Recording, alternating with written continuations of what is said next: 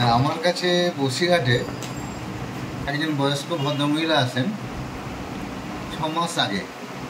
তার মাথায় কোনো রকম চুল ছিল না। তা সে তার কোনো ক্যান্সার হয়নি, কেমোথেরাপি কোনো কিছুই নেয়নি।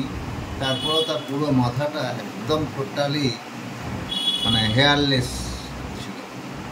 তো আজকে তার মাথাতে চুল বেরোচ্ছে এবং বেশ ভালোই চুল বেরিয়েছে। সেটা আমাদের ওষুধের পক্ষে সম্ভব হয়েছে। এটা অন্য কোনো প্যাথিতে গেলে কী হতো আমি জানি না। এটা হোমিওপ্যাথি বলেই সম্ভব হয়েছে বাস্তবে। আমি আশা করি এই ধরনের ওষুধগুলো, যেমন আস্ট্রিলগা আছে, মেজেরিয়াম আছে, এই ধরনের ওষুধ যদি পেশেন্টদের প্রেসক্রাইব করা হয়, যাদের চুলে হেয়ার গ্রোথের প্রবলেম হচ্ছে বা হেয়ার লস হচ্ছে, তাদের ক্ষেত্রে খুব ভালো কাজ দেবে। ওনার মাথাটা পুরো টাক ছিল, পুরো টাক ছিল একদম। কোনো রকম এক ফোঁটা না একটাও চুরি ছিল না।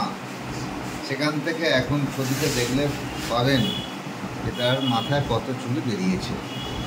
6 মাস ট্রিটমেন্ট করছে স্যার। এই হচ্ছে তার অবস্থা।